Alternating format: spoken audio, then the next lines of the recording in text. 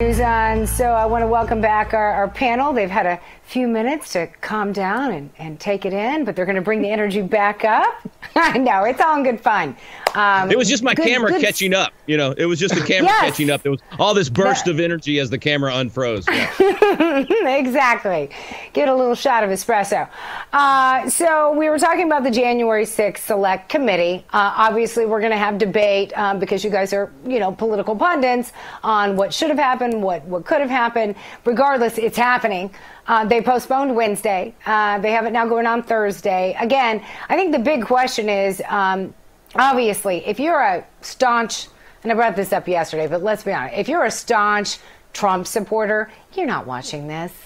And there's still questioning whether or not, if you're a huge left-winger, if you're going to even watch this. Like I mentioned, people on The View were complaining, our View watchers were complaining that their show was interrupted to watch January 6th. So in the end, I just kind of want to get both of you to give your predictions, what you foresee happening with your little crystal ball there. Ken, let's start with you. Do you see any charges? What do you see happening? I don't. Donald Trump has been very effective at deflecting lawsuits. I think he's really masterful at it. I don't think the committee, and we mentioned this earlier, I think there's division on the committee as to whether or not they can and should refer this for criminal prosecution. I don't think they will. I think the smart thing is for them to say, here's the evidence, let the DOJ decide. I don't see the DOJ doing it. I don't see Garland doing it. I just think that, frankly, I think they'd rather let public opinion control. And I think most people are not that riveted or impassioned about it, as you said, on the left or the right. I don't think this will affect a whole lot of people. I hope some independents watch it, and I hope if Trump is the nominee, they'll pay attention to what's going on. But I still don't think he's going to be the nominee. So I think it is pretty much a dog and pony show. All right. So, Rick, there you heard Ken being pretty frank there, but he still doesn't think that Trump is the ideal candidate for Republicans. Now, maybe he's saying that because he's a Democrat. I don't know. But your thoughts on that? Do you think it's going to ultimately lead to any charges, or do you think this is just a dog and pony show? Well, just so everybody knows, Ken and I always find something to agree on. I agree it's a dog and pony show. Absolutely, it's a dog and pony show. I think I froze again, but I'll just keep talking. Anyway, I think I'm a defender of the Constitution, not of Donald Trump. And so I think it's very important for us to remind everyone what this was about. This was the constitutional process for how electors are counted once they get to Washington, D.C. And Miranda, to your point about some Republicans wanting to distance themselves from Donald Trump, it's been that way from the beginning. It's the reason state Republicans did not do their job under the Constitution and make sure that their governors and secretaries of state didn't change the rules at the last minute to favor Democrats, which is why those 6 states could have and should have been objected to. They broke the law. They broke the Constitution in the way that they changed the election rules at the last minute. That should not have been done, and it gave every member of Congress absolutely the constitutional right to object. And so there's historical precedent for all this. The Constitution is clear on all this. The electoral vote count is clear on this. But that wasn't, it didn't matter. People wanted to distance themselves from Trump. People in the Republican Party, some of them don't like Trump because he took over their party. He's a huge personality. Yeah. He wasn't from the swamp. They want to keep the swamp. So I agree totally with Ken that nothing's going to come out of this because there's nothing to come out of this. What would you charge the guy with? He did not incite anything. He did nothing illegal or wrong. Everything that he said, unless you chop up his statements like the committee did. I mean, it's ridiculous what they're doing with tweets and speeches. They're only giving statements that help their cause instead of presenting the full truth. It's a sham. It's an embarrassment to law and justice for our country. Well, I hope 2 things come out of this, that we never see violence like we saw on that day, in that our elections become more secure. I think we can all agree on that. So we talked about the odds of Trump running in 2024. Rick, I don't believe you gave me a final answer on that, but, I'll let it slide a little bit.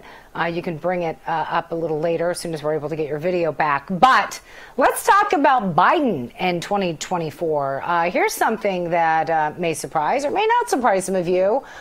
Here is Alexandria Ocasio-Cortez holding back from giving a definitive answer as to whether President Joe Biden will have her support if he does decide to run for re-election in 2024, which he says he's going to do.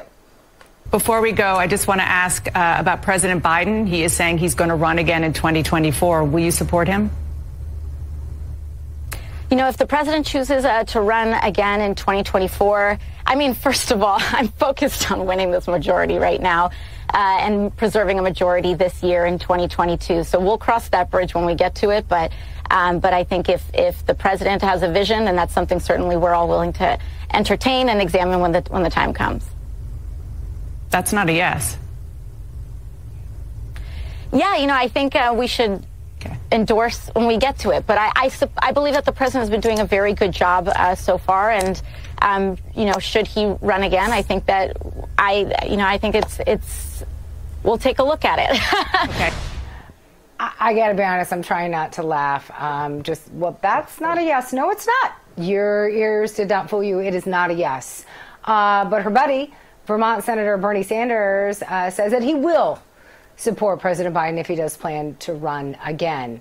But there's been a lot of questions about this. I mean, he wasn't even in office that long, and people were already calling for his replacement. And that's not coming from the right. That's coming from your team, Ken. They've been talking about this forever. We had Robin Biro on there, who helped get Obama elected, who, by the way, held out, if you recall, actually giving his full endorsement to his own vice president for quite a while.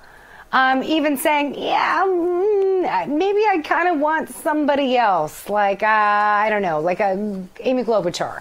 But even Biden, which is interesting, he says he does plan to run. The White House has backed this up. He says, but if he's in good health. Take a listen. I want to ask you about something I asked weeks before the election when we sat down. You said you would absolutely serve 8 years if elected. Do you plan to run for re-election? Yes. But look, I'm a great respecter of fate.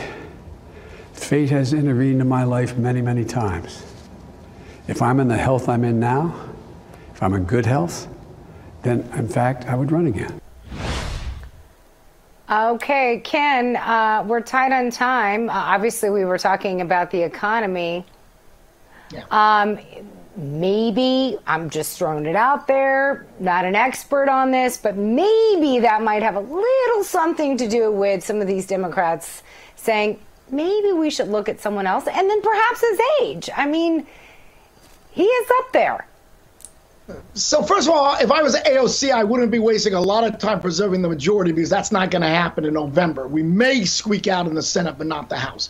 And what's going to happen is they're going to get really soundly defeated in November. That will change a lot of views. Joe Biden should not run in 2024. He's too old. He appears to be too feeble, whether you believe he is or not. He doesn't have the charisma like a Ronald Reagan, who can bounce back from bad approval ratings and win a second term. And remember, all presidents everybody hates their presidents the first 2 years. But Joe Biden should not run. Kamala Harris should not run. Someone like Cory Booker would be a good candidate. There are other Democrats that Amy Klobuchar would be a good candidate.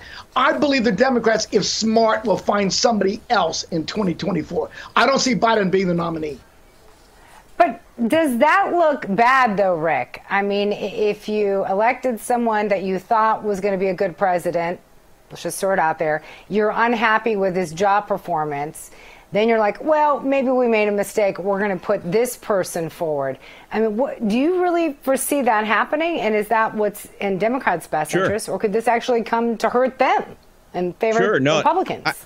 I think there's zero chance that Biden runs or is the nominee, at least in 2024. Look, the guy he can barely make it to the teleprompter a couple of times a week right now. He's incredibly feeble. He's not fit to be serving right now. The 25th Amendment should have been invoked months ago. No way that this guy is the nominee for the Democrats. And absolutely, it's okay to say, my guy's not doing a good job. I'm going to support somebody else. Look, Ronald Reagan almost took out Gerald Ford in the primary in 1976. It was very, very close. So, yeah, I think the Democrats would be wise to bring somebody else up. And I agree with Ken. Kamala is a disaster as well. So they've got to get somebody that's new and fresh and young, I think, and maybe done a good job in their state. I don't know if they have anybody like that, but, maybe they can dig.